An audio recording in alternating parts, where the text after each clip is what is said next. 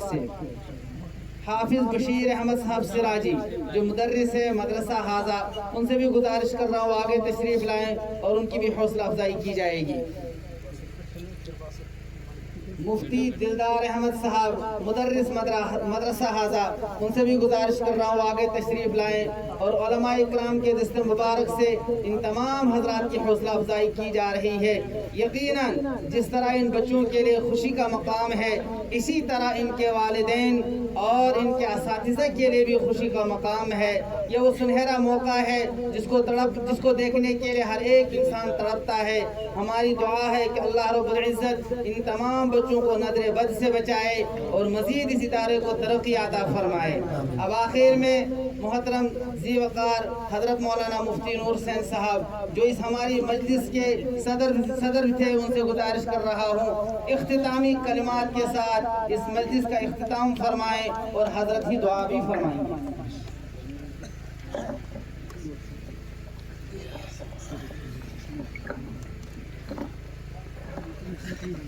बिस्मिल्लाहिर्रहमानिर्रहीम अल्हम्दुलिल्लाहि रब्बिल आलमीन वल आक़िबतु लिल मुत्तक़ीन वस्सलातु वस्सलामु अला सय्यिदिल मुरसलीन व अला आलिहि व अस्हाबिहि अजमईन।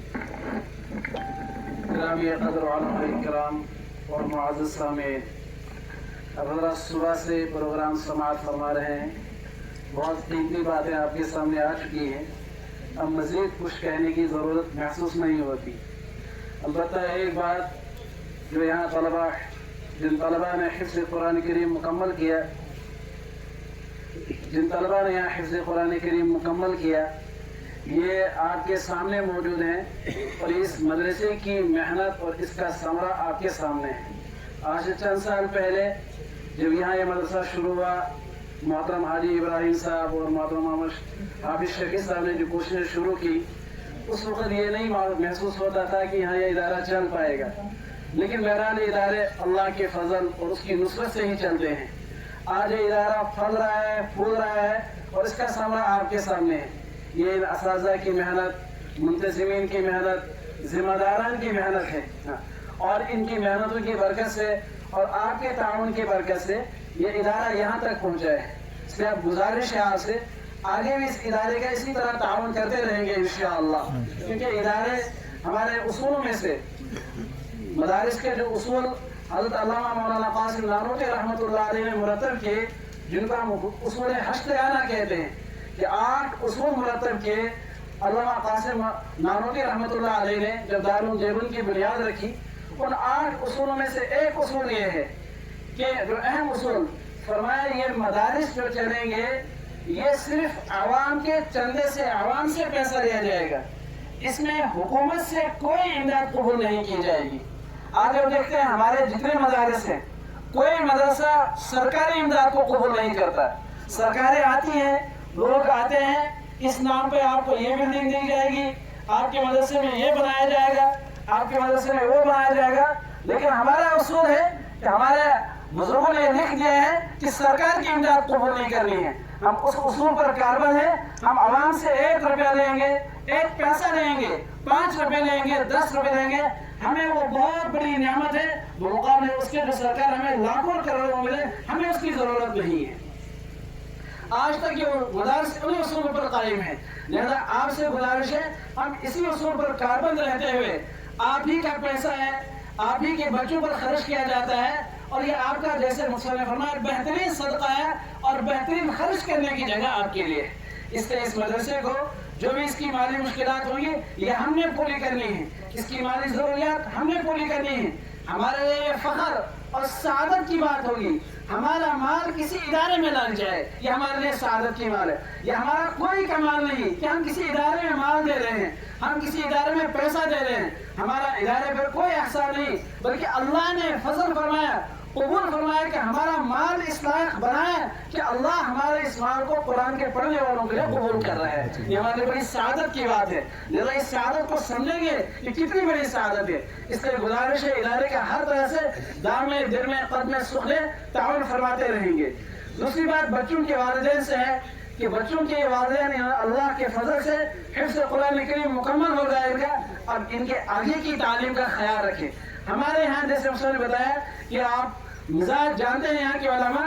ہمارے یہاں کا جو عمومی مزاج ہے کہ بچہ حفظ کرتا ہے تو گھر والے پہلی فرصت میں شادی کے اس کے پیچھے پڑ جاتے ہیں کہ بس شادی ہو جائے جلدی, اور پھر اس کے بعد کہ یہ مدرسے میں آگے تعلیم جاری نہ رکھ پائے اس کے لیے کبھی مکاتب کبھی کچھ, اور کسی جگہ کہتے ہیں استاد ہو جائے مدرسے میں. نہیں, بچہ پہلے مکمل کرے, مکمل عالم بنے, صحیح عالم بنے, اور صحیح عالم بن کر پھر اللہ مال بھی دیں گے, اللہ عزتی بھی دیں گے, سب کچھ دیں گے, لیکن ان کی تعلیم مقدم ہے سب چیزوں سے پہلے.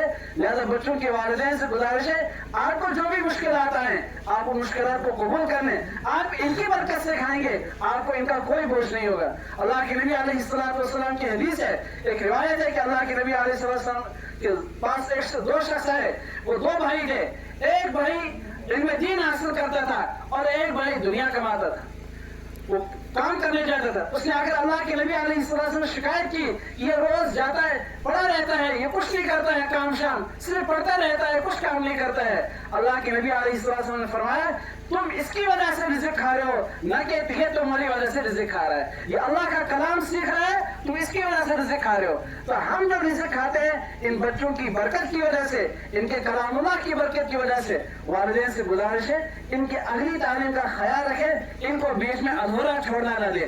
ہماری سپورٹ ہوگی, ہمارا ان کا ساتھ ہوگا, انشاءاللہ یہ بچے آگے بڑھیں گے. آگے چل کر یہ بڑے مفتیان اکرام ہوں گے, کوئی شیخ الحدیث ہوگا, کوئی شیخ القرآن ہوگا, کوئی کچھ اور کوئی کسی بڑے منصب پر ہوگا, یہ بہت بڑے مناسب پر جائیں گے.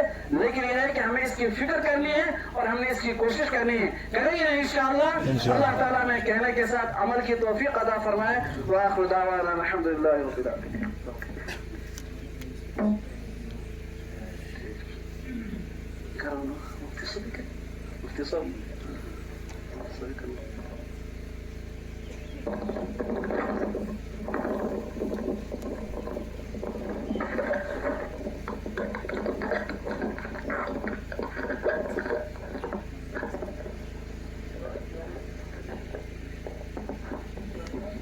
دعا کے بعد الحمدللہ نماز یہیں پر ہوگی, اور نماز کے فوراً بعد کھانے کا بھی نظم کیا گیا ہے.